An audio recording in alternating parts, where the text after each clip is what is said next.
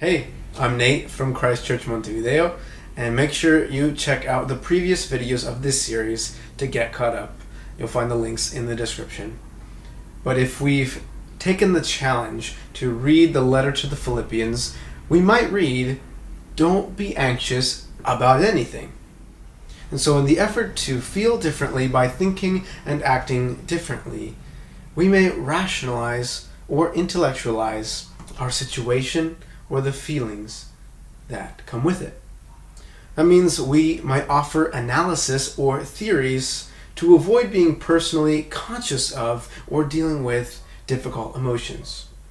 We might give excuses or justifications like, man, there's a ton of crazy stuff going on in our world today. So yeah, I'm a little nervous. Anyone would be. And who knows how these cancellations will affect my degree or my bank account long term.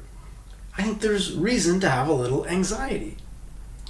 Or we might say, being inside at home and not going out that much really demotivates a person naturally. Plus, it's a gray, cloudy day, and that always affects my mood.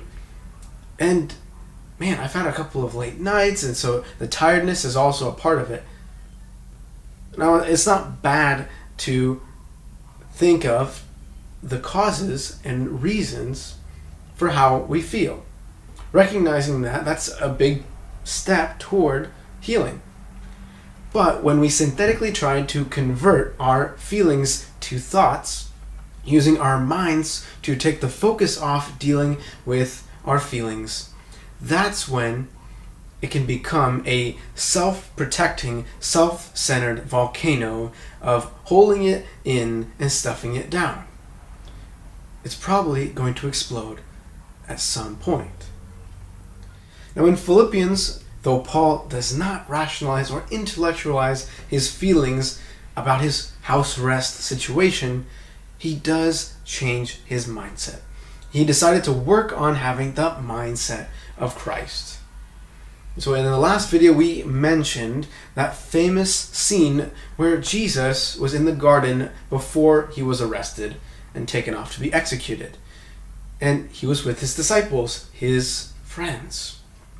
And he was feeling exactly how you or I would feel if we knew in a few hours we were going to be brutally killed. Because he's human, after all, but he's also God. And so does this God-man swallow his feelings to look tough for his disciples. He could have kept them out of his business and rationally and intellectually told them, listen, it's been a long week. You guys know, a long week of rough donkey rides through huge crowds. Pretty sure no one was wearing masks.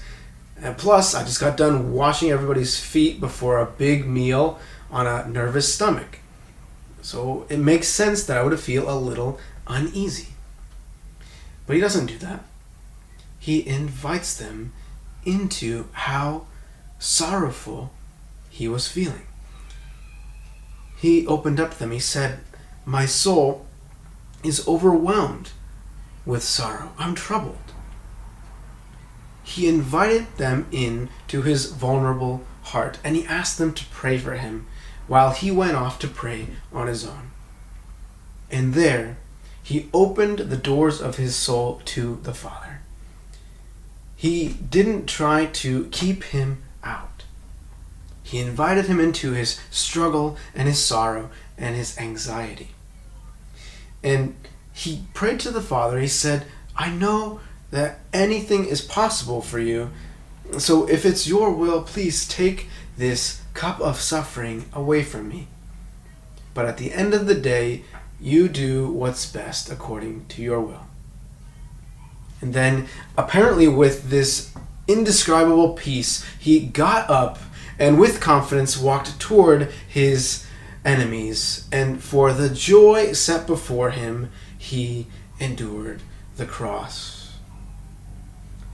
And if you read where Paul in Philippians says, "Don't be anxious about anything," he goes on to say, "But in every situation, by prayer and petition, with thanksgiving, present your requests to God.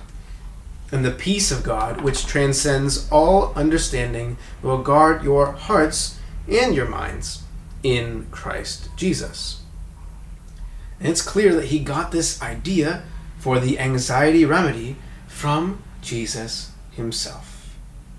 See, we can be open and raw and honest with God. We don't have to smooth over or spiritualize how we're feeling when we're talking to him. He knows it anyways, and he can take it. And he loves when we show him hospitality and we invite him in. A pastor once said, God can't resist those who humbly and honestly admit how desperately they need him. So, rejoice in the Lord always. I'll say it again, rejoice. Let your gentleness be evident to all. The Lord is near. Do not be anxious about anything, but in every situation, by prayer and petition, with thanksgiving, present your requests to God. And the peace of God, which transcends all understanding, will guard your hearts and your minds in Christ Jesus. Finally, brothers and sisters, think about these types of things.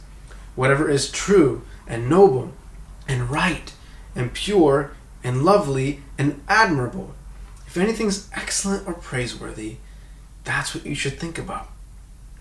See the change of mindset? Then put it into practice. Here's how to put it into practice. Let that heart hospitality of inviting God in spill out as generosity for others. So generously give time to God, inviting him into your struggle so that he can generously lavish his peace and joy on you, so that you can in turn be generous with others. The Philippian Christians were actually well known for their generosity, and Paul ends the letter by thanking them for that. This is another big piece of the secret to being joyful in any situation. But as we've been saying, this is the abnormal and unnatural and weird way to live. So it's not going to be easy, but it is worth it. So in what way could you invite God or others in this week? And who could you visit creatively and be there for? Until next time.